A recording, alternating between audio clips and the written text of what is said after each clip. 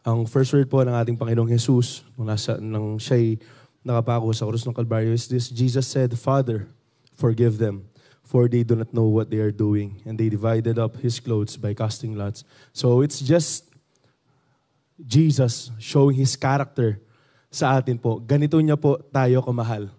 Imagine, after all they had done to him, after all ng mga latay na tinamo niya sa krus ng Kalbaryo, those nails pierced his hands. Pero hindi, alam nyo, yung mga nakapako po sa krus, dahil sa pinagdadaanan po nila, because of the agony na pinagdadaanan po nila, usually what they are doing is they are cursing the people. They are cursing, nagmumura sila, iba-iba yung sinasabi po nila. But then again, this just proves kung gaano po tayo kamahal ng Panginoon. Kung gaano kamahal ng Panginoon yung mga tao na nagpako sa Kanya. Kung gaano kamahal ng Panginoon yung pong tao na nanakit sa Kanya, yung mga tao na sumisigaw sa Kanya. 5 days before, these people are shouting, Hosanna, because they want Him to be the king, political king. Pero 5 days after, ano po sinisigaw po nila? Crucify Him.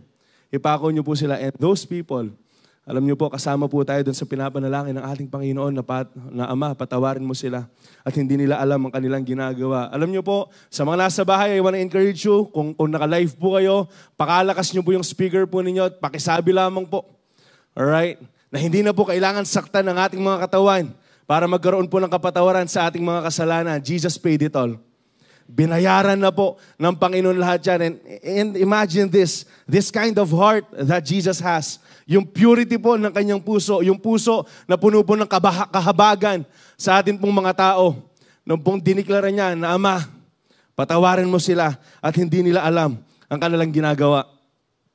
And this is the good thing today. That forgiveness is still available. Ngayon po, yung pong kapatawaran ng kasalanan, available pa rin po siya. That's why 1 John 1:9 says, "But if we freely admit our sins when His light uncovers them, He will be faithful to forgive us every time. God is just to forgive us our sins because of Christ." Ang sabi po dyan, and He will continue to cleanse us from all unrighteousness.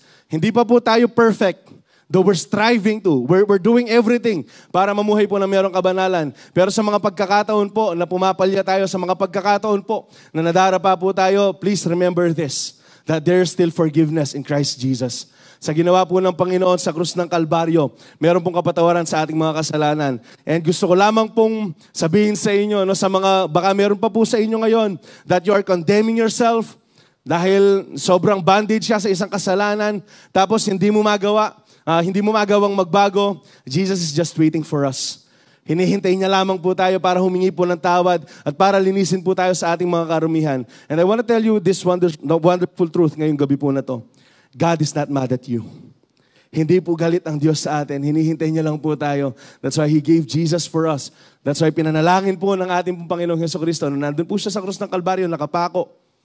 Tapos yung pinakaunang sinabi po niya, Father, forgive them, for they do not know what they are doing. So, tonight, church, sa pang-araw-araw po ng buhay natin habang nandirito po tayo, gusto ko lamang pong sabihin sa inyo that forgiveness is still available.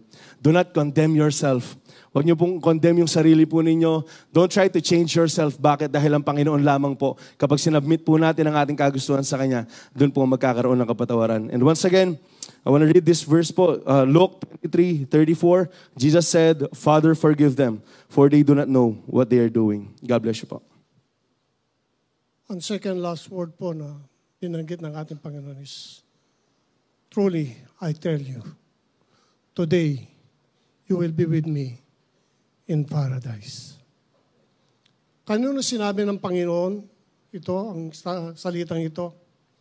Bakit niya nasabi ito? Tignan natin ito mula sa kanyang mga salita. Tignan po natin, basahin po natin sa Luke 23:32, then 39 to 43. Two other men, both criminal, were also led out with him to be executed. Verse 39, one of the criminals who hung their head insulted him, aren't you the Messiah? Save yourself and us. But the other criminal rebuked him. Don't you fear God? He said, since you are under the same sentence, we are punished justly, for we are getting what our deeds deserve. But this man has done nothing wrong. Then he said, Jesus, remember me when you come into your kingdom. Jesus answered, truly I tell you, today you will be with me in paradise. Basahin ko po sa wikang Tagalog. May dalawa pang kriminal na inilabas ang mga kawal upang patayin kasama si Jesus. Tinuya rin siya ng isa sa mga salaring na nakapako sa tabi niya. Hindi ba ikaw ang Kristo? Ligtas mo ang iyong sarili, pati na kami. Ngunit pinagsabihan naman ito ng kanyang kasama, wala ka bang takot sa Diyos? Ikaw ay pinarusahan ding tulad niya? Tama lang na tayo parusahan ng ganito dahil sa ating mga ginawa. Ngunit ang taong ito'y walang ginawang masama. At sinabi pa nito, Jesus, alalahanin mo ko kapag naghahari ka na. Sumagot si Jesus, sinasabi ko sa iyo, isasama kita ngayon sa paraiso. Dalawang uri ng tao ang nabigyan ng pagkakataon na makita ang kalalagayan nila sa harapan ng Diyos, ng Panginoon. At tingnan po natin, anong naging response nila. Sa verse 39, yung isa po, isang kriminal na hanggang sa uli ng kanyang buhay, pagtuya, paginsulto, at walang makitang pagsisisi sa kanya.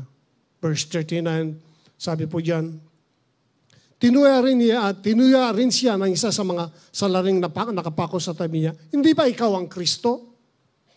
Liligtas mo ang iyong sarili, pati na rin kami.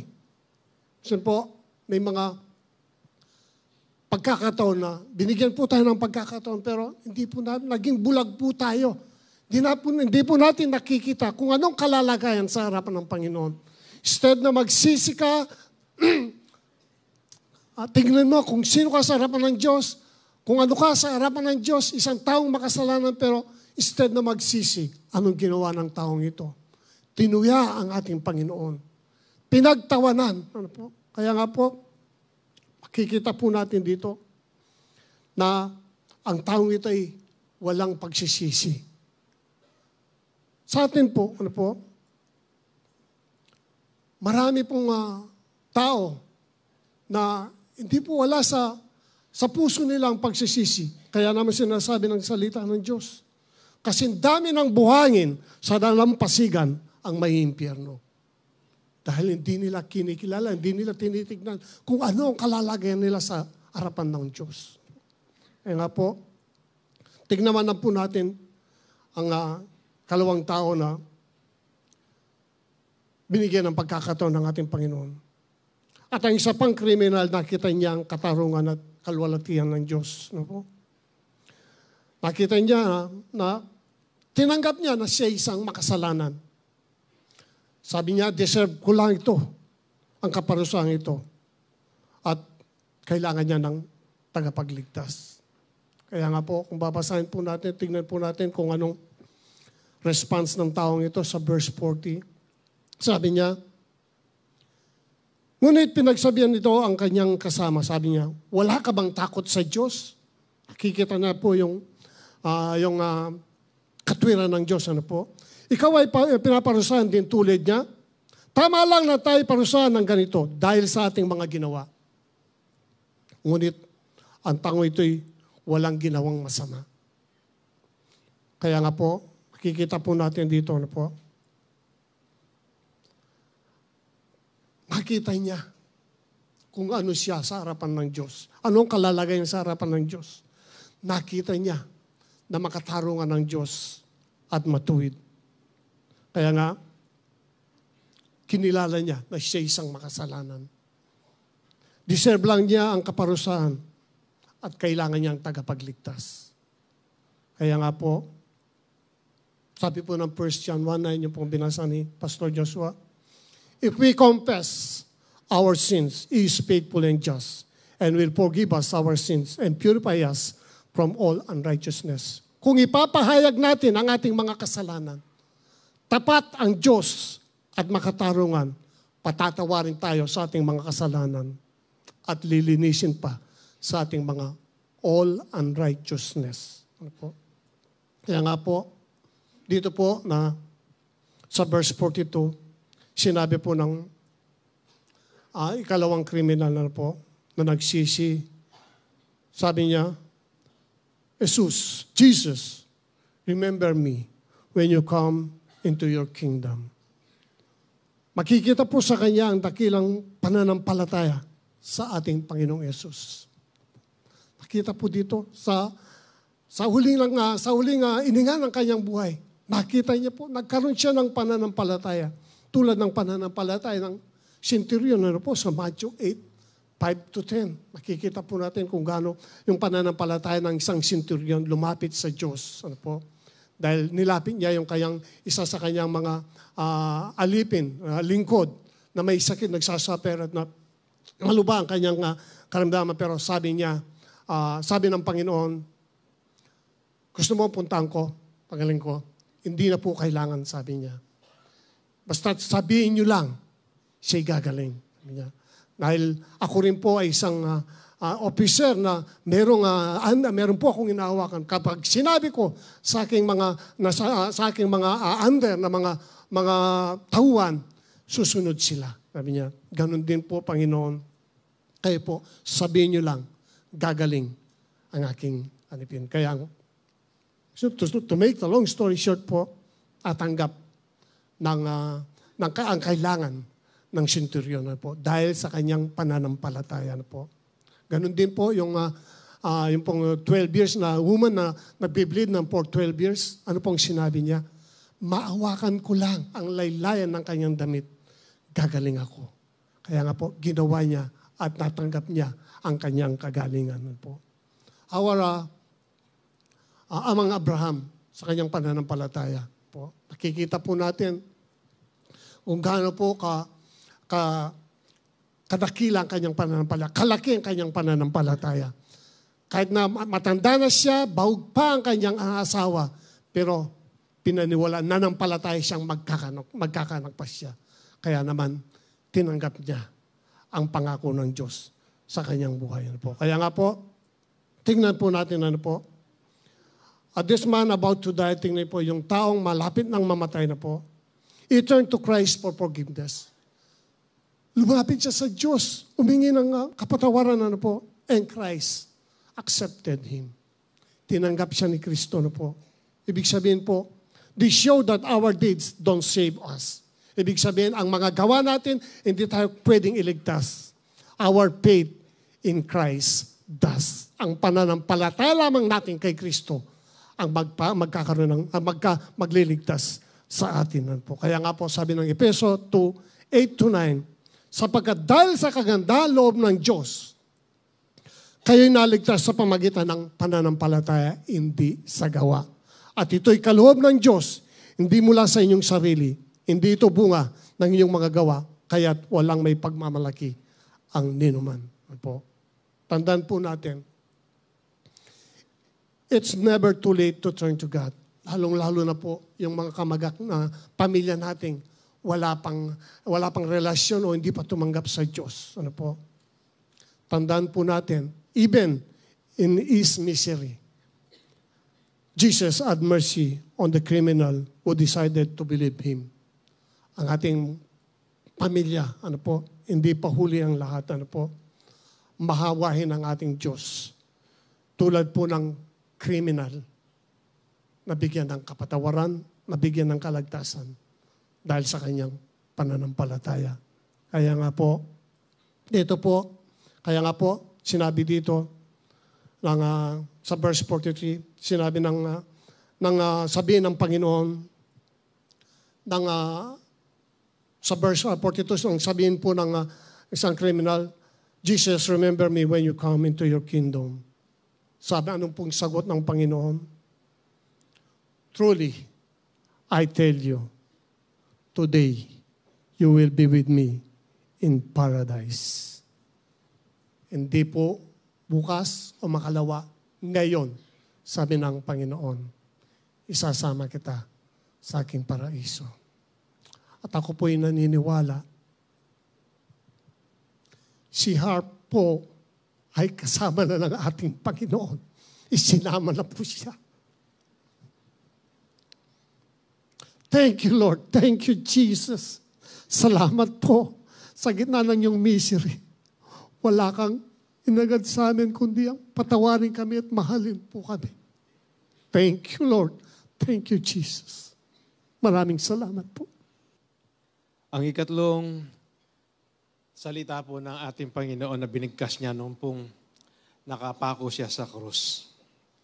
Ulitin ko lang po sa John chapter 19, verse 26. When Jesus saw his mother there and the disciple whom he loved standing nearby, he said to his mother, "Dear woman, here is your son." And to the disciple, "Here is your mother." From that time on, this disciple took her into his home. Marami po sa atin, bakit kaya binigkas ng ating Panginoong Jesus ang salitang woman? Bakit hindi po kaya mother, nanay, ima? Kung nandun na po yung salitang yun. Alam po ninyo, bakit hindi binigkas ni Jesus yung mother? Bakit po woman? Ano po? Dahil po dito, nakita na niya mismo ang kanyang ina. Ano po? Dahil magbuhat po nung huliin siya, pasakitan po siya, lahat po kung ano ang ginawa sa kanya, na-witness po, nakita ng kanyang ina. At dito po, sa pagkakataon na ito na nakapako siya sa krus at nandun po yung ina niya, nararamdaman po ni Jesus bilang isang anak kung gaano po kasakit, kung gaano po napakasakit, napakabigat sa isang ina na makita ang anak niya na naghihirap. Kaya nga po, yung pong salitang woman noon, sa mga Hudyo, hindi po ito disrespect. Kung hindi po ito ay puno ng respeto at ng pagmamahal kapag binigkas po nila yung woman. Una pong ginamit ni Jesus ang salitang woman ay noon pong ginawa niya yung tubig na alak.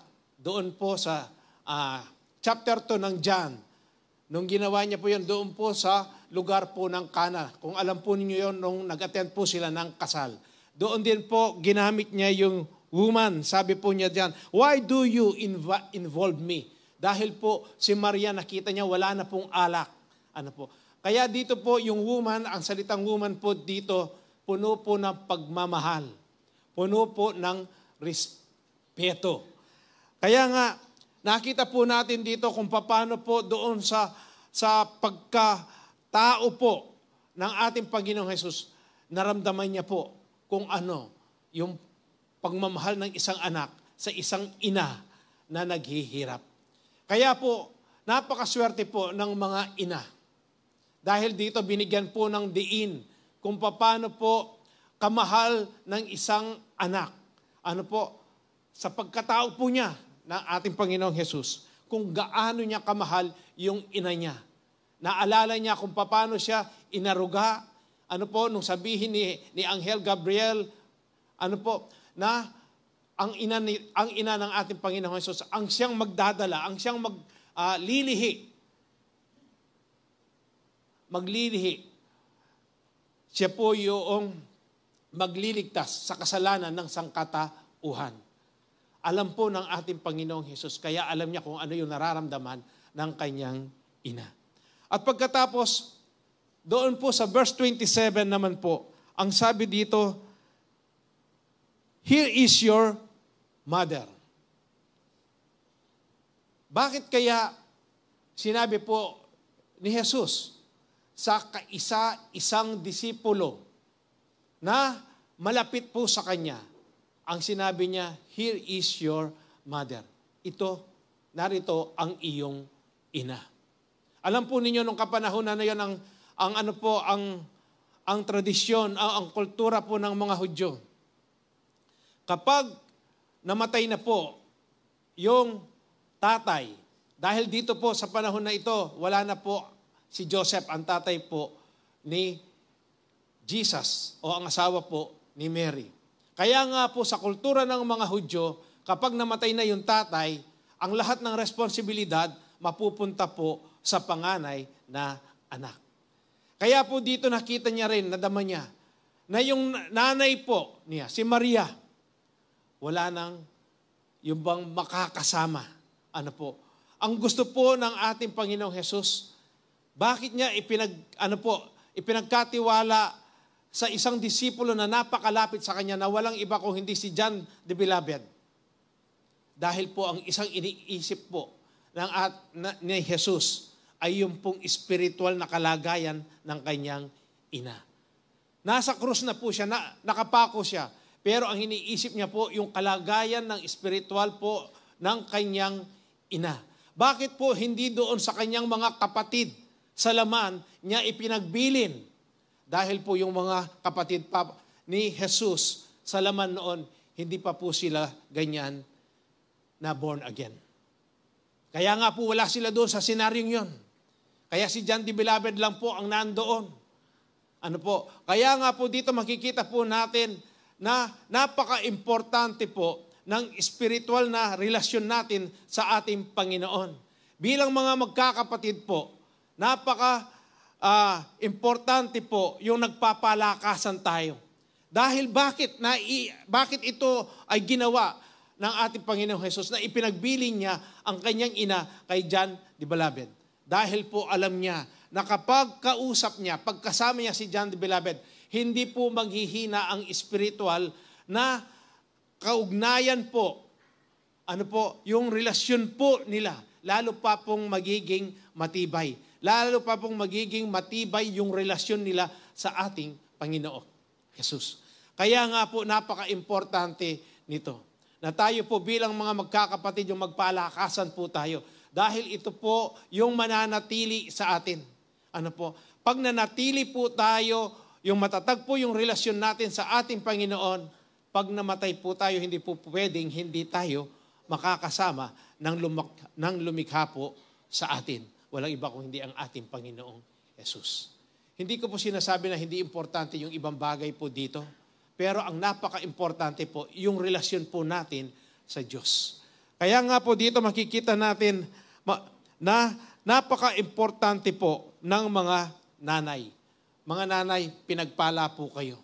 Mga mother.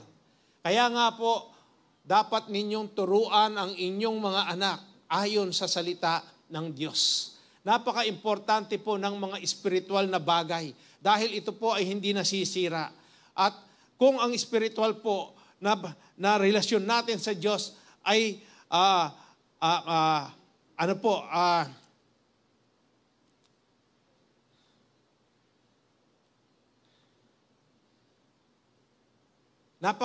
malusog. Yan po ay hindi mawawala. At yan po ay maipapasa pa sa iba. Kaya nga po, mga nanay, hinahamon ko po kayo. Kung paano po ang ating Panginoong Hesus, binigyan niya po ng importansya ang nanay niya. Dapat po, maging katulad tayo ni Maria. Para po, yung mga anak po ninyo ay maturuan po ninyo ayon sa salita ng Diyos. Importante po ang relasyon, ang spiritual na relasyon sa ating Panginoon. Kaya nga po sa gabing ito, nawa, matuto po tayo kung ano po yung pagmamahal ng isang anak sa isang ina. God bless you. Nasa pang-apat na po tayo ng huling salita ng ating Panginoon sa krus. Mababasa po natin yan sa Matthew 27:45. From the 6th hour until the 9th hour, ibig sabihin po niya noontime hanggang 3 o'clock in the afternoon. Darkness came all over the land. Hindi po to solar eclipse dahil po ang solar eclipse ay minuto lang. But this one, total darkness po in the whole land. Ang solar eclipse po, minuto lang po yan. No? At hindi po yan makikita sa lahat ng dako. Meron lang pong side na makikita yung total solar eclipse. But this one, hindi po yan eclipse. Okay? It was about 3 hours. and darkness came over all the land. Bakit po all over? Bakit po sinabi ng Matthew na lahat ay natakpan ng kadiliman? Dahil po sabi ng Romans 3:23, for all have sinned and fall short of the glory of God. Dito na po nagsisimula na si ating Panginoon maging Redeemer o Messiah nating lahat. No, dahil po yung first 3 words po niya ay para sa tao, para sa iba. But this time tatayo na po siyang Messiah ng lahat. And kaya nga po sabi ng Romans, for all have sinned and fall short of the glory of God. Sabi rin po ng 2 Corinthians 5:21, God made Him who had no sin to be sin for us, so that in Him we might become the righteousness of God. He became sin. Kaya nga po dumilim dahil pagpapakita na ang ating Ama, ang ating Diyos ay suklam-suklam sa kanyang kasalanan dahil sa oras na to ay nasa ating Panginoon na yung kasalanan. He became sin. Siya po ang nagnispulang kasalanan. Kaya nga po hindi po matingnan ng Ama, kaya parang ramdam ng ating Panginoon na siya ay iniwan.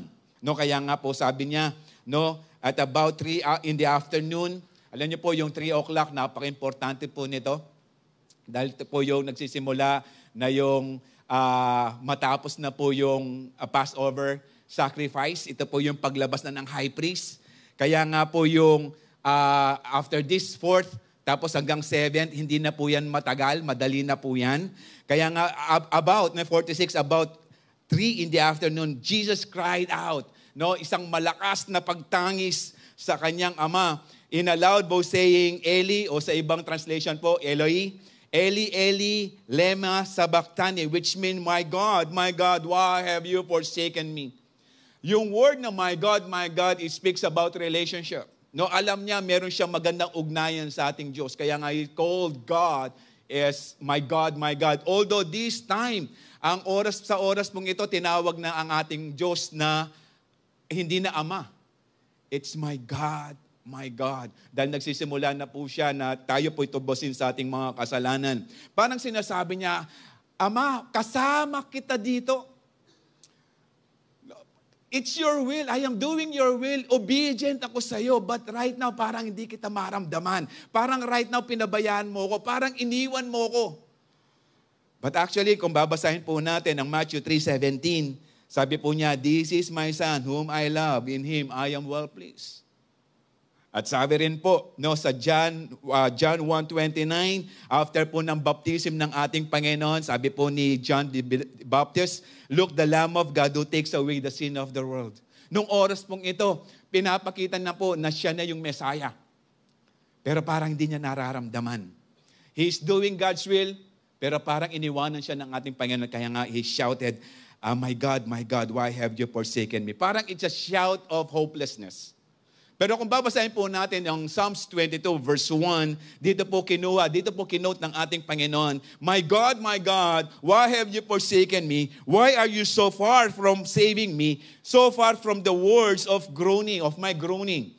No, it's about, no, ito pong Psalms na ito sinulat more than 1,000 years ago.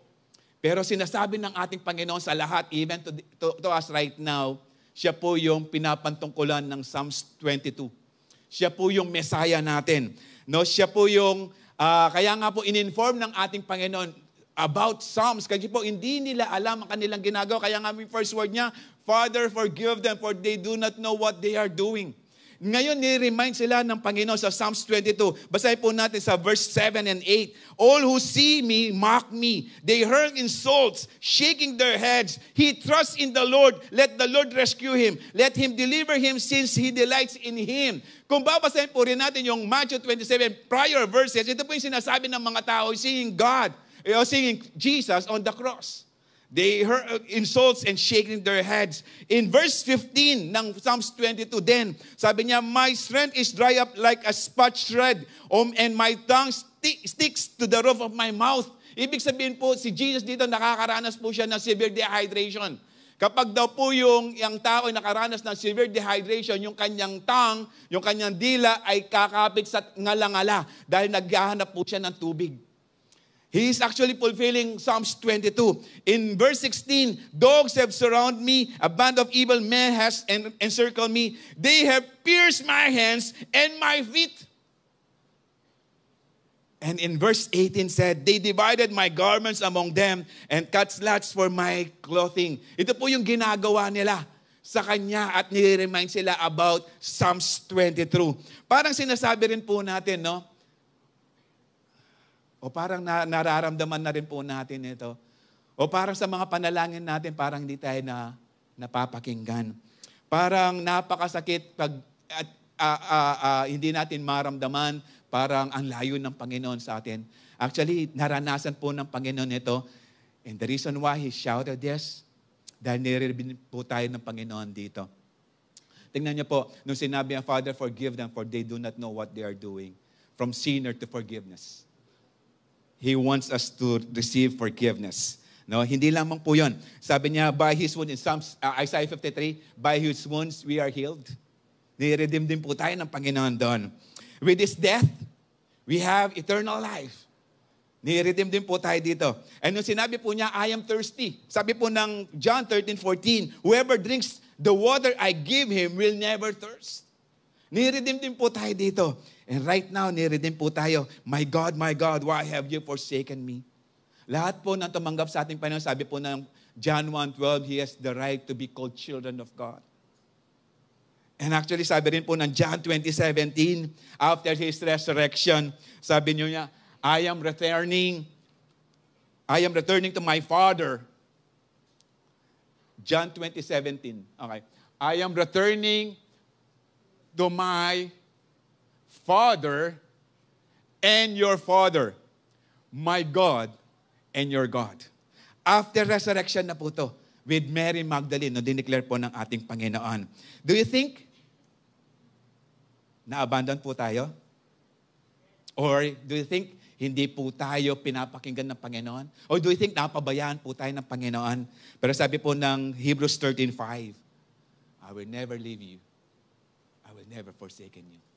Kaya nga po at the last, nung sixth word ng ating Panginoon, it is finished. And after He said it is finished, sabi niya ulit, my Father, into your hands.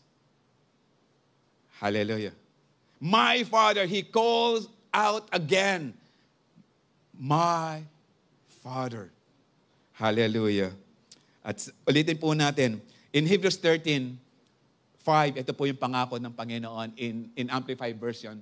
No, for He said, God Himself has said, I will not in any way fail you or give you up, nor leave you without support. I will not in any degree leave you, helpless or forsaken, nor let you down. Relax my hold on you. I surely not. This is God's promise. Yung sinabi niya, naranasan niya, He was actually forsaken para tayo ma-restore sa relationship natin with God. God bless you po. Praise the Lord. Hallelujah. Yung pong sinabi ni Pastor Ron kanina, tunay pong nauhaw ang ating Panginoon na siya po ay na-dehydrate. Talaga pong kailangan po ng kanyang katawan ang tubig. Dahil lahat naman po tayo, alam po natin ang kahalagahan po ng tubig sa ating mga buhay. Pag tayo po ay merong lagnat, merong mga ubo, ano po ang sabi ng mga nakakatanda?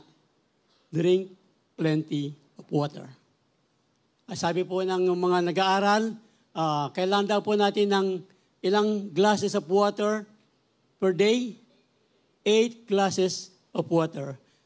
Pinapakita po ng ating pangalimang wika ang kahalagan po ng tubig. At dito po, kailangan po ng ating Panginoon ang tubig sa katawan dahil talagang pong siya po'y talagang sabi nga ni Pastor Ron kanina, dehydrate na po ang ating Panginoon.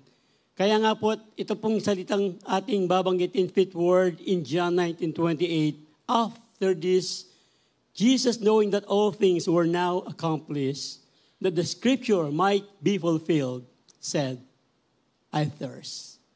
That the scripture might be fulfilled, said, I thirst. Dalawang katotohanan po ang pwede po nating makita dito po sa panglimang wika ng ating Panginoon. I thirst, yung una po, it is a fulfillment of the prophecy. That the scripture might be fulfilled, said, I thirst. Marami po tayong mga propesya ng nakita, natupad na po patungkol po sa ating Panginoong Jesus. Yung pong pagkasilang ng ating Messiah, doon po sa Micah 5:2 in Bethlehem. Not a single bones will be broken. Alam po natin yan, hindi po binasag ang kanyang mga tuhod. Dahil yung pong dalawa, para mapadali po ang kanilang kamatayan para next day, wala na pong matitira for the Sabbath. At nang makita po ang Panginoon, wala na pong buhay ang Panginoon. Kaya nga po natupad ang propesiya doon po sa Psalm 34:10. Kaya nga po, another prophecy po sa Psalm 69:21, ang sabi po ng salita ng Diyos, and for my thirst, they gave me vinegar to drink. Alam po natin, hindi po tubig ang kanyang binigay. Base po sa ating nakaraang pag-aaral noon, yung pong vinegar na binigay po sa kanya ay lalo pang magbibigay dagdag kalakasan sa ating pong Panginoon. Para po talagang andun po siya, meron pang dalawang salita na kailangan pong bigkasin ng ating Panginoon para po makompleto po ang kanyang pagkatawag. I thirst. It is a fulfillment of the prophecy. Hindi lang po fulfillment of the prophecy, it is a proof of His humanity. Patotoong po ng ating Panginoon ay nagkatawang tao. In the beginning was the Word, and the Word was with God, John 1. And the Word was God, and the Word was God, and the Word became flesh, John 1:14. Tunay po, a proof of His humanity. Nagkatawang tao po, naging tunay na tao po ang ating Panginoon. Kaya nga po talagang naging tunay na tao yung pong kanyang pagkauhaw. Alam po natin yung woman in the well. Woman in the well, that Jesus came from the long trip, John 4:6. On the way to the Galilee, He had to go through the country of Samaria. In Samaria, Jesus came to the town called Sychar, which is near the field that Jacob gave to his son Joseph. Jacob's well was there. Jesus was tired. Ito po, talaga pong naging tao po si Jesus, became tired from his long trip. So he sat down beside the well. Nahuhaw po ang katawang lupa ng ating Panginoon. Alam po natin itong fifth word ay maiksi lang pero napaka-importante po. Isa pong importante rin sa ating pong mga buhay. I thirst. I thirst that Jesus became truly man. It was the prophecy was fulfilled. Jesus became truly human so that God can prove His love to mankind. Patotoo po ng Diyos talagang sinugo po, ibinigay po ang kanyang kaisa-isang anak doon sa krus ng Kalbaryo. Siya po yung naging tao kasi kung hindi po siya magiging tao, hindi po pwedeng mamatay ang Diyos. Hindi po tatalab ang mga pako. Kailangan po niya maging tao para po maipako sa krus, mamatay doon sa krus ng Kalbaryo. Para po sa ating lahat, para ang bawat isa po sa atin ay magkaroon ng kaligtasan.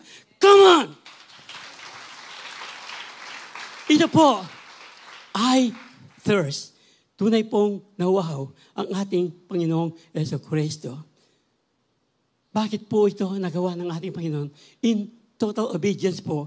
I thirst for Jesus. Another one po for Jesus to be able to say the two more last word na sinabi po ng ating Pastor Ron kanina. Yung pong dalawang salita, kailangan pong mabigkas po ng ating Panginoon para po makumpleto ang panawagan sa Kanya ng ating Panginoong Jesus na in total obedience, even death on the cross of the Calvary, matutupad po sa pagsambitla po niya sa mga dalawang huling salita po. Jesus became truly human. I thirst. I thirst. Sa atin po kaya ngayon, katanungan po sa bawat isa sa atin, kung si Jesus po ay talagang namatay para sa atin, para po sa bawat isa sa atin, paano po natin susukulihan ang pagmamahal ng Diyos sa bawat isa sa atin? Si Jesus po, in total obedience, sumidin sa Diyos. Ang sabi po ng salita ng Diyos, if you love me, you will obey my command. And when we do that, hindi lang po obey His command. Alam po natin, ang sabi po ng salita ng Diyos, seek ye first the kingdom of God and His righteousness. Those who hunger and thirst for righteousness, they will be filled. Ang sabi po ng salita ng Diyos. Ito po ang ating panalangin that we will continue to seek the righteousness of God in return po sa Kanyang pag-ibig sa bawat isang sa atin. Siya rin po ang nagsabi, doon po sa John 4:10, I am the living water. Sa Kanya lamang po natin masusumpungan ang tunay na buhay at buhay na walang hanggan. This is our prayer, O God, na patuloy po naming hahanapin ang iyong katuwiran, ang iyong kaharian sa aming mga buhay. Nang sa ganon, dakilang Diyos, pagdating po ng takdang araw, ang iyong pangako na makakasama ka namin sa buhay na walang hanggan. Sa iyong pangalan, dakilang Diyos, ito po ang aming panalangin. Amen. Ang pang-anim na wika po ng ating Panginoon, it is finished. At sa Hebreo, sinabi niya na tetelestai, na kung saan ito ay pareho ang kaulugan. Subalit, makikita po natin bakit binigkas ng Panginoon ang it is finished. Pagkatapos niyang matikman o dumampi sa kanyang pisngi o labi ang maasim. At pagsipsip niya, sinabi niya, it is finished. Sa atin po bilang isang mananampalataya, napakalaking impact ang sinabi ng ating Panginoon sa krus ng Kalbaryo nung sabi niyang it is finished. And then, ang kurtina na napakakapal sa templo ay naahawi sa dalawa. At itong kurtinang ito, in the Old Testament, walang nakakapasok sa kabanal-banalang dako na kung saan kapag naghahain ang mga o naghahandog ang mga pari o saserdote na sila ay may dalang dugo, sila lang po ang nakakapunta doon sa kabanal-banalang dako at wala. Subalit, nung sinabi ng ating Panginoong, it is finished, tayo ngayon ay mayroong ng access sa ating Panginoong Yesus o sa ating dakilang Diyos na diretso tayong nakakapunta sa kabanal-banalang dako. Kaya nga po napakahalaga ng sinabi niyang it is finished in Colossians chapter 2 verse 14 and 15. Dito po sinabi, He canceled the record of the charges against us and took it away by nailing it to the cross. And in 15, in this way, is disarmed the spiritual rulers and authorities, is shamed them publicly by His victory over them in the cross. So dito, nung sinabi niyang it is finished, ang mga bagay na nabanggit sa Colossians, ito ay napunta na sa atin. Ibig sabihin, ito'y namana na natin. Subalit kung minsan, hindi natin naiintindihan kung ano ang kahulugan ng it is finished. Wala na hong almas ang kaaway sa atin. Nung sabihin ng Panginoong yon, ang lahat ay naganap na. At doon sa kanyang pagkaganap, ang lahat ng ating sala at ating mga kasalanan o anumang bagay na karumihan sa atin o hindi tama sa harapan ng Diyos, lahat niyan ay kanyang binayaran sa krus ng Kalbaryo. Kaya sinabi nga sa aklat ng Hebreo na sinabi sa chapter 10 verse 17 at saka 17 and Hebrew chapter 17. Ito po. Hebrew chapter 10 verse 17. Kaya nga, sinabi rin niya, matapos sabi niya, at sa kanyang sinabi, matapos hindi ko na alalahanin pa ang kanilang mga kasalanan at mga kasamaan, sapagkat ipinatawad na ang kanilang kasalanan, hindi na kailangan mag-andog dahil sa kasalanan.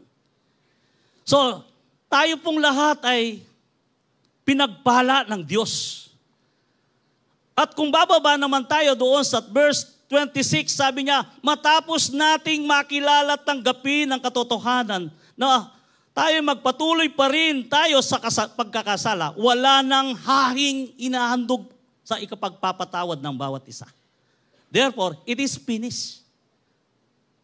Kaya nga po, kapag naaalala natin ang kanya sinabi na binanggit na tetelestai, paid in full, na kinakailangan, wala na tayong pagkakasala, wala na tayong utang, kundi tayo ay sumunod at maniwala na lang sa ginawa ni Kristo nung sabi niyang, it is finished. Huwag na niyo pong dagdagan. Ay, kanina nga, kahit saan ka pumunta, dinaragdagan pa ang ginawa ng Panginoon. Pero walang kabuluhan. At tayo ngayon, nananampalataya at naniwala kay Kristo, lahat to ay bayad na sapagkat wala na tayong pagkakasala. At wala na tayong karapatang umatras pa sa pagsulong sa pananalig natin kay Kristo sapagkat tinapos na niya ang lahat sa krus ng Kalbaryo.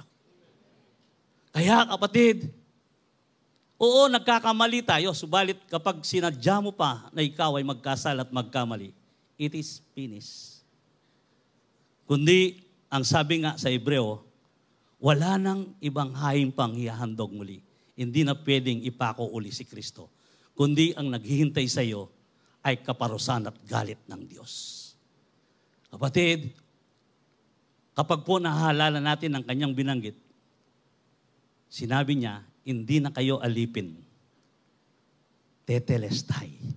Hindi na kayo alipin ng anumang bisyo, hindi na kayo alipin ng anumang kasalanan, at wala nang may hari sa atin. We are paid in full by the blood of Jesus shed in the cross.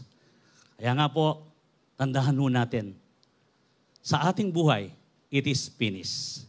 It is finished. Tetelestai. Pagpalain po ng Diyos ang kanyang salita.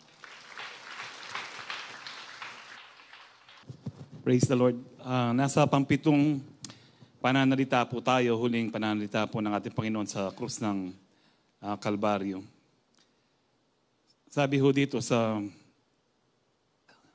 Luke 23:44-46. It was now about noon, and darkness came over the whole land until 3 in the afternoon. Ito po yung sinasabi ni Pastor Ron kanina, hindi po siya eclipse. There was darkness sa buong, I think, kundi po Jerusalem to, baka pati po ang buong Judea. The whole land, 3 oras pong madilim. Ang sabi po dyan, for the sun stopped shining. Can you imagine this, no? Kakaibang klase po. Kung imagine niyo po, makita niyo po yung araw, bigla na lang magdidilim. Hindi po eclipse, hindi po sinabi dyan na natakpan ng araw. Sa mga movie, makita po natakpan ng araw. Hindi po. Ang mismong araw na linikha po ng Diyos, nagdalamhati din po, at ito po ay nawalan po ng liwanag sa 3 oras. At ang sabi po dyan, and the curtain of the temple was torn in two. Yung pong, ito po yung actually, sinabi rin po ng Panginoon, yung sinabi ni Pastor John, it is finished.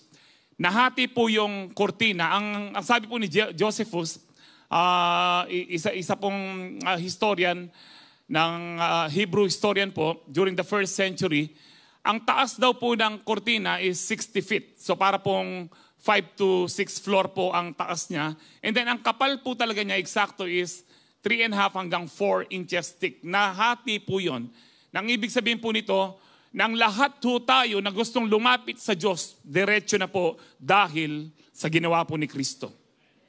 Hindi na po natin kailangan pang tumawag ng pari o ng pastor. Ikaw mismo pwede kang tumawag sa Diyos na banal. And then ang sabi po dito, Jesus called out with a loud voice, Father, into your hands I commit, o sa ibang sali po, I commend my spirit. Itinatalaga ko o pinagkakaloob ko, binibigay ko ang aking espiritu sa iyo. When he had said this, he breathed his last. Now, alam niyo po ba, sa kapangyarihan po ng ating Panginoon, kung hindi po niya itatalaga, i-commit, ibibigay ang kanyang espiritu sa Diyos, mananatili po siyang buhay sa krus. Kaya lang, yung pong pain, yung agony, lagi po niyang mararamdaman po yon. Bakit po? Kasi po yung spirit po dito, sa Greek po is pneuma. Ang ibig sabihin po niya, air, wind, breath. Ang ibig sabihin po niyan, buhay. Dahil ang Panginoon po, hindi po siya, technically, hindi po siya pinatay. Baga pinako po siya. Ang sa term po nating mga tao, pinatay po siya. Pero ang Lord po, siya mismo ang nagbigay ng kanyang buhay. Kung hindi po niya sinabing, Father, into your hands I commit my spirit, mananatili po siyang buhay doon. Dahil siya po ang buhay na walang hanggan. Ang sabi po ng John 10:18, no one can take my life from me. I sacrifice it voluntarily. Binibigay ko. Walang pwedeng kumuha ng buhay ko, ang sabi po ng Panginoon. Hindi pa po siya napapako dyan. Sabi niya, for I have the authority to lay it down. Sabi ko dyan, when I want to and also to take it up again. Pwede kong ibigay ang aking buhay at pwede ko ring bawiin. Pwede kong ialay. Ang sinasabi po ng Panginoon dyan, wala kahit sino po ang pwedeng kumuha ng kanyang buhay dahil siya po ang mismong buhay. Then sabi dyan, for this is what my Father has commanded.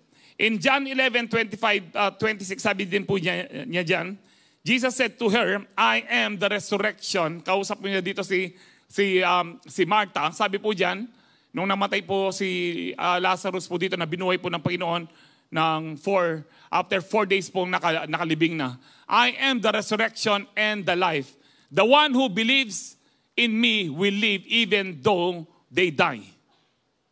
And then sabi niya, whoever lives by believing in me will never die. Do you believe this? Naniniwala ho ba kayo sa pagkabuhay maguli? Na kung mamamatay man tayo, mabubuhay po tayo kung paanong nabuhay si Kristo. Kaya alam niyo po, hindi man tayo dapat matakot sa kamatayan. Amen. Ito po ang maganda. Kapag 2 beses kang ipinanganak, minsan ka na lang mamamatay. Kapag minsan ka lang pinanganak, 2 beses kang mamamatay. Ano pong ibig sabihin po nun? Yung 2 beses kang pinanganak ka sa physical. Ngayon pinanganak ka sa physical, dapat dumating ang araw na makakilala ka kay Kristo, tanggapin mo siya at ma-born again ka.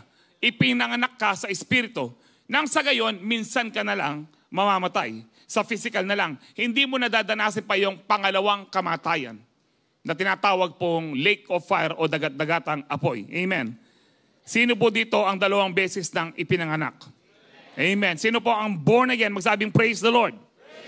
Kung gayon po, kung di man po magra-rapture, one of these days mamamatay din po tayo.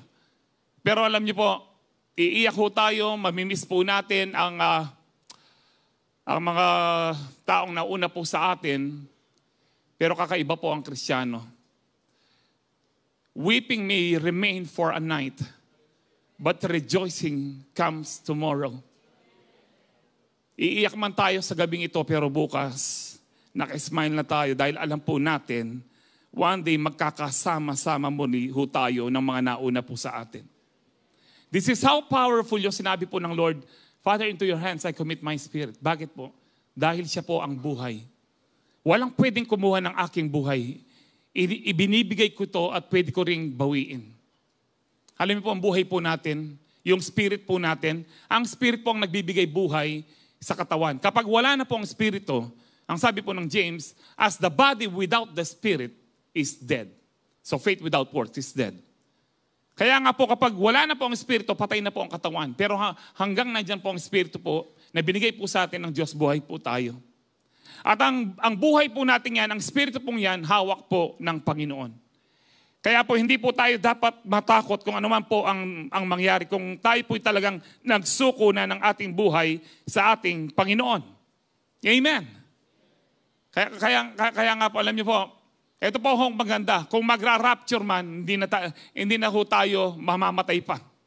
Amen. Kahit po sa sandaling ito, pwede pong mag-rapture. Pwede pong mabago ang ating pangangatawan. Hindi na po natin matitikman pa ang kamatayan. Sana nga po mag-rapture na, no? Matapos na po ang kahirapan at dalamhati po sa mundong ito. Ang sabi po ng Hebrews 2:14-15, because God's children are human beings made of flesh and blood, the Son also became flesh and blood. Ito po yung madalas nating sinasabi. Hindi pwede pong ipako ang Diyos. Technically po, hindi nyo pwedeng sabihin na matay ang Diyos. Hindi po pwedeng patayin ang Diyos, ang Espiritu.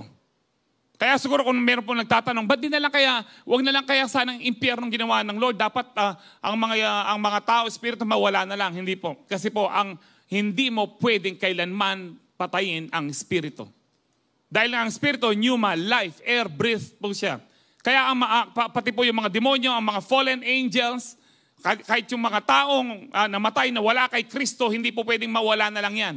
Talaga pong sa impyerno sila, paparusahan po ng walang hanggan. Because ang Espiritu po ay kailanman hindi mamamatay.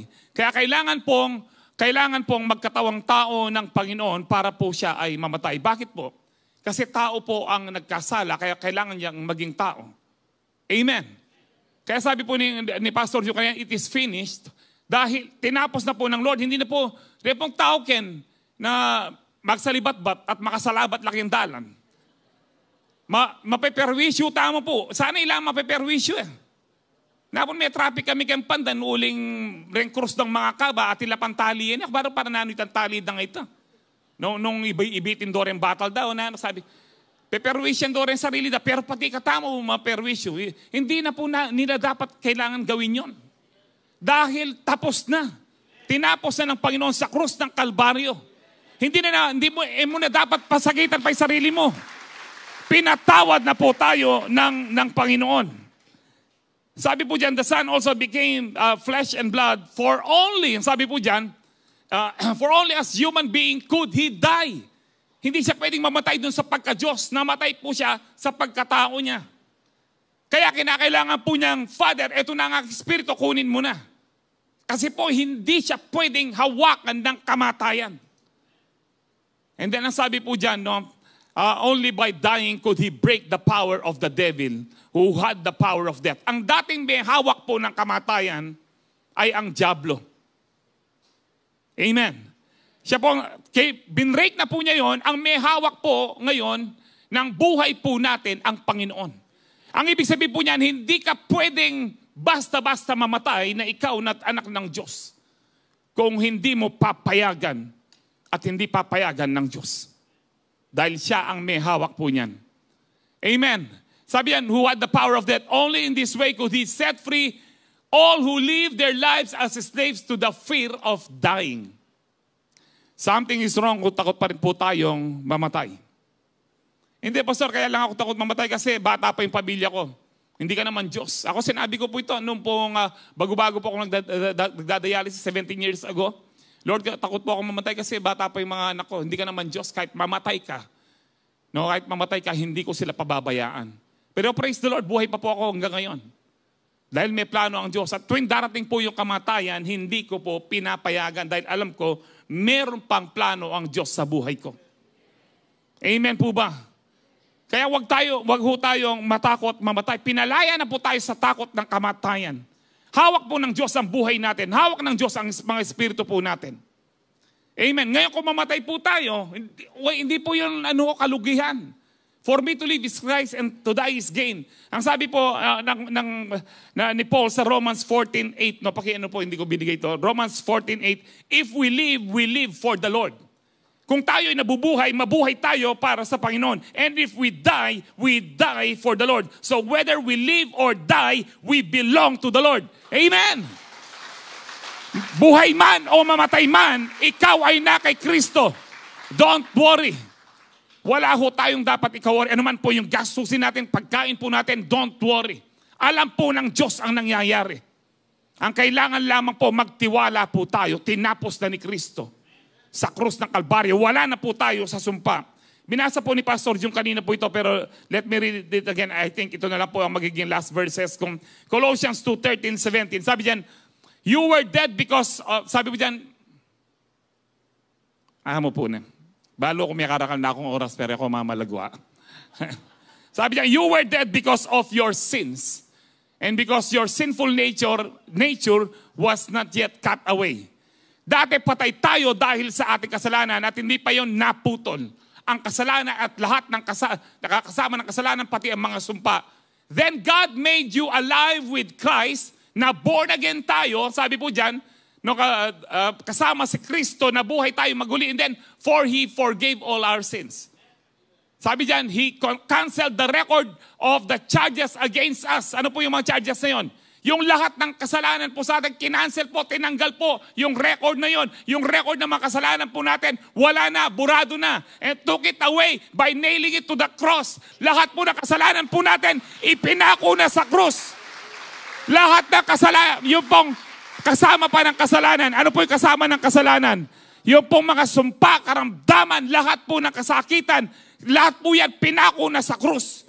Huwag po natin tanggapin kung ano man po yung mga lahi-lahi po natin, ano mang karamdaman, huwag po natin tanggapin.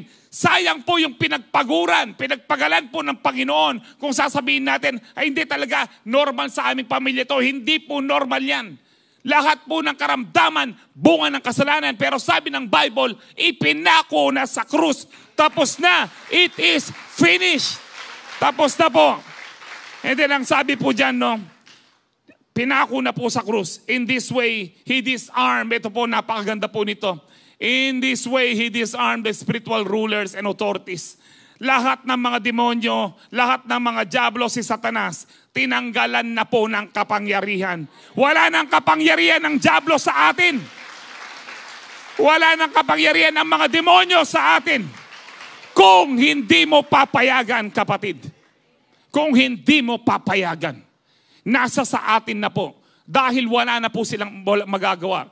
Kasi po alam nyo, kung may magagawa, basta-basta ang mga demonyo sa atin, wala pong buhay sa atin dito. Ang church pong ito, hindi po nakatayo ngayon. Sisirain po niya.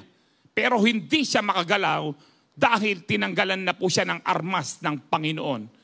Sa papaanong paraan nung pong pinako siya sa krus. Ang sabi po dyan, He shamed them publicly by His victory over them on the cross. Bali po maranong pa, walo ko las Diyos tama yari yan eh. Noong pong nakapako sa krus ang ating Panginoon, nagdidiwang po ang lahat po ng mga demonyo, pati na si Satanas, ang akala po nila nanalo po sila. Akala nila ito yung Panginoon, ito yung anak ng Diyos, nakahubad, nakapako, patay na sa krus, nagdidiwang po sila. Pero nung bumangon siya muli, ang sabi po dyan, He shamed them publicly. Yung palang ginawa ng Panginoon doon, pinahiya si Satanas at ang lahat ng kanyang kampon. Alam niyo po, nung bumangon mag-uli ang ating Panginoon, nagsisisihan po siguro ang mga demonyo. Nung sabi nila, pinalpa kay boss. Inutos na yung pamoy Judas. Siguro sabi ni Satanas, mapangay ko na inutos si Judas na papakuyak yung krus. Pero wag niyong sasabihin natin tangutang loob kang Judas. May mga katuruan pong ganyan. Minsan hindi po sinabi, ang ginawa po ng Diyos, yung pong, alam niyo po, ibang gumanti ang Diyos. Ibang gumawa po ang Panginoon. Akala po ng diablo, yung pong pinapako niya, akala niya, pinatay niya ang anak ng Diyos sa krus ng Kalbaryo. Hindi niya alam, yung ginawa po ng diablong yon, pinahintulutan po ng Diyos Ama para ipahiya siya. Hindi niya alam na ito pala ang pantubos sa kasalanan po ng sangkatauhan. Kaya sabi po dyan, He shamed them publicly by His victory over them on the cross. Kaya po lagi may cross po dyan to remind us na tayo'y panalo na. Walang talunan sa atin. Amen. Maaring may problema po tayo ngayon, but it doesn't mean loser tayo. Ang mga problema yan ay mga opportunity to experience God's grace, to experience God's power, and to experience God's double blessing. If you will persevere in your faith. Kaya sabi po niya dyan, no? So don't let anyone condemn you. Lalo ng diablo na, kasi po there is therefore now no condemnation to those who are in Christ Jesus. Yes, marami tayong naging kasalanan, pero lahat na pong yan, pinako na sa krus. Huwag mo hayaan na i-condemn ka ng Satanas. Tingnan mo, meron kang karamdaman ngayon. Sabihin po natin, kahit may karamdaman ako ngayon, pinapalayas ko to dahil lahat ng yan ipinako na sa krus. Pinagaling na ako ng Panginoon. Sa pamamagitan ng latay niya, magaling na ako. By His stripes, I am healed. Hallelujah. So don't let anyone condemn you. Tapos na po. Amen. Kaya hindi ho tayo dapat matakot. Hindi tayo matakot dapat sa lahat ng ating mga dinadanas po sa buhay. Huwag nating hayaan na condemn po tayo ng diablo sa mga nangyayari sa ating buhay. Sabi niya, don't let anyone condemn you for what you eat or drink. Ano man pong kinakain po natin. Mamang kamantitad. Mamang kamantitad, di ba? Wala na. Sabi po dyan, or for not celebrating certain days or new moon or ceremonies or Sabbath. Buti nga ho, nagsasabat tayo. Whether nagsasabat ka o linggo o miyerkules, wala pong problema kasi hindi na tayo under the law. Amen. Dapat po naintindihan natin ito. We are not saved because of the law. Amen. And then sabi dyan, for these rules are only shadows of the reality yet to come, and Christ Himself is the reality. Kapag na kay Kristo ka, wala ng condemnation. Amen. Kapag na kay Kristo ka, kapatid, malaya ka na. Malinis na ang konsensya po natin. Malinis na po ang ating buhay. Sabi nga po ni Pastor yung kanina dyan sa Hebrews 10, na wag na po tayong babalik pa at mag-enjoy sa kasalanan. Hindi na pwedeng ipako sa krus si Kristo. He died once only and for all. Amen. Para sa lahat na po yan. Amen po ba? Kaya naman po kalagayan po natin, mabuhay tayo kay Kristo at mamatay din tayo para kay Kristo. Pagpalain po kayo ng Panginoon.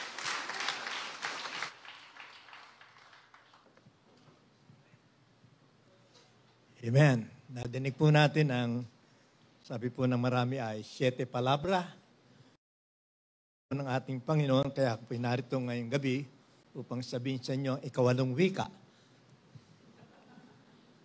Nagulat kayo, ano po? Kung meron 7 words, meron po ako ngayon, ikawalong wika. At naman, verses 17 to verse 19, dito po sa New Living Translation, ganito po ang sinabi, For Christ didn't send me to baptize but to preach the good news, and not with clever speech, for fear that the cross of Christ would lose its power.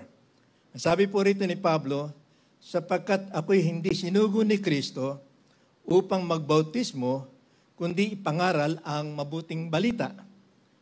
Hindi na mga magaganda na mga pananalita, dahil sa takot na ang krus ng ating Panginoon ay mawalan ng kapangyarihan. Kaya ito sinasabi ni Pablo, pinangaral niya ang salita ng Diyos. Hindi siya nagbautismo, kundi pinangaral niya ang mabuting balita. Hindi na mga magagandang pananalita, sapagkat kuminsan po sa mga magagandang pananalita ng maraming mga tao, nawawala ang kapangyarihan ng krus. And then dito po sa verse 18, ang sabi, The message of the cross is foolish to those who are headed to destruction, but we who are being saved know it is the very power niya na sa buong Amerika po, yung maraming mga matataas na bundok na dinadaanan ng maraming sasakyan ay kanya pong pinalalagyan ng 3 krus. There are 3 crosses in the Mount of Golgotha. 3 krus po ang makikita po natin doon sa bundok, doon po sa kung saan pinako po ang ating pong Panginoon. At alam po natin ang 3 krus na yan ay para doon sa 2 kriminal, isa sa kaliwa, isa sa kanan, at nasa gitna po ay ang ating Panginoong Hesus. Kaya nga sinabi ko po rito, there is a message and there is a power in the cross. Merong mensahe at meron pong kapangyarihan ang krus. Anong mensahe po ng krus? Una, nakita po natin na dahilan po ron sa isang magnanakaw na sa halip na kilalanin niya si Kristo bilang kanyang Panginoon at tagapagligtas, nilibak niya ang Panginoon. At ang sabi niya, kung ikaw ang tunay na Kristo, bumaba ka riyan, iligtas mo ang iyong sarili, isama mo na rin kami. And that is what we call the cross of rejection. Yun po ang krus na merong pagtanggi. Magnanakaw, kriminal, na nakikita ang Panginoon na siyang tagapagligtas, pero tinanggihan po niya at tandaan po niyo, ang anumang pagtanggi ng isang tao sa ating pong Panginoon, ito po ay isang pag-aklas, isang rebelyon. Tandaan po natin, kapag tayo patuloy na lumalaban sa Panginoon, darating sandalit panahon, tatanggihan mo ang Panginoon. And this is the first message of the cross of rejection. The second is the cross of repentance. Krus ng pagsisisi. Doon sa kanyang kanan, ang sabi ng magnanakaw at ang sabi ng kriminal, Panginoon, ako'y makasalanan din.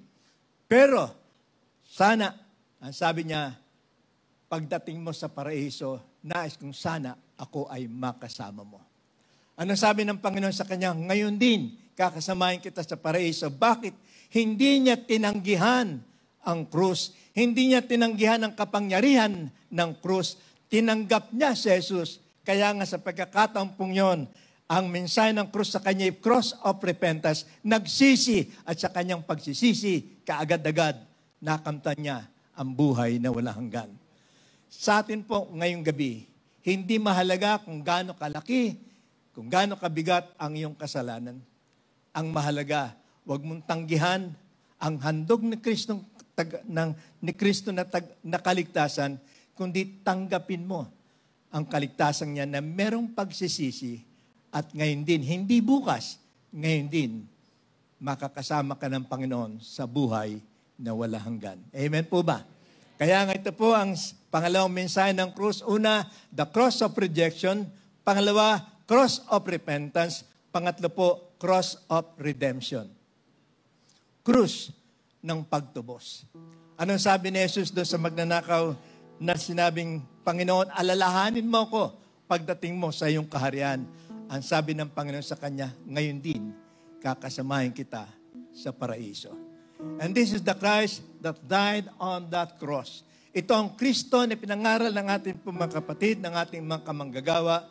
Kristo na meron pong kapangyarihan na tayo tubusin sa lahat ng atin pong mga kasalanan. Ganon kadakila ang atin pong Panginoon. Ganon tayo kamahal ng ating Panginoon. Anuman ang atin pong naging kakulangan, kasalanan, humingi ng tawad sa Kanya, at tayo po'y Kanyang patatawarin at tutubusin sa lahat po ng ating mga kasalanan. Napakabuti po ng ating pong Panginoon. Dakila po ang ating Diyos. Amen po ba? Kaya nga, sa buhay po ng Panginoon, makikita po natin nang siya'y ipinanganak. Siya'y pinanganak sa isang borrowed manger. When Christ was born, He was born on a borrowed manger. When He preached on a borrowed boat. Nang siya'y nangaral siya sa isang hiram na bangka. Nang pakainin po niya 5,000 tao, pinakain niya 5,000 kataong ito sa pamamagitan ng hiram na pagkain sa isang bata. Nang siya'y pumasok doon sa Jerusalem, when He rode to Jerusalem, nang siya po'y papasok na sa kanyang nalalapit na kamatayan, He rode on a borrowed donkey. Nang siya'y mamatay, He was laid on a borrowed tomb. Lahat ng bahagi halos ng buhay ng Panginoon, tila baga, hiram lamang. But this time, the cross is His very own. Yung krus, hindi pag-aari ng iba, hindi niya hiniram. Ito'y sa Kanya. Sapagkat alam po niya na sa pamamagitan ng krus na ito, magkakaroon ng katubusan ang sangkatauhan. Kaya nga, mga kapatid, yan ang naging buhay ng Panginoon para bagang hindi kaaya-aya sapagkat maraming pagkakataon, hiram ang mga bagay na kanyang ginamit. Subalit yung krus na kanyang kinamatayan, hindi niya hiniram, ito'y sa Kanya sapagkat mahal niya kayo, mahal niya ako. Amen. Kaya nga, mga kapatid, sana po, anuman ang dumarating sa ating buhay, magpapatuloy tayo, hindi tayo hihinto. Amen. Ni ang anumang mga pagdaramdam, kanina po ay nalungkot lang akong bigla nang malaman ko ng isang kapatid po natin, ikinuha na ng Panginoon, yung pong ating isang bass guitarist, na laging tumutugtog po ng bass guitar, kinuha na ng Panginoon. Magdudulot ito ng kalungkutan. Subalit hindi po ito daan upang mawala yung ating kagalakan sa Panginoon. Amen. Kilala niyo po yung babaeng bass guitarist natin? Si Harp. Kinuha na po siya ng Panginoon. Ganun pa man, hindi tayo dapat magmukhang Biyernes Santo. Amen. Hindi tayo dapat malungkot sapagkat ang ating kapatid na ito, noon pa man, sinabi niya, Panginoon, alalahanin mo ako pagdating mo sa iyong kaharian. Noon pa man, sinabi sa kanya ng Panginoon, ngayon din, Harp, kakasamahin kita sa paraiso. Naroon na po siya. Amen. Purihin po ang pangalan ng ating pong Panginoon. Amen.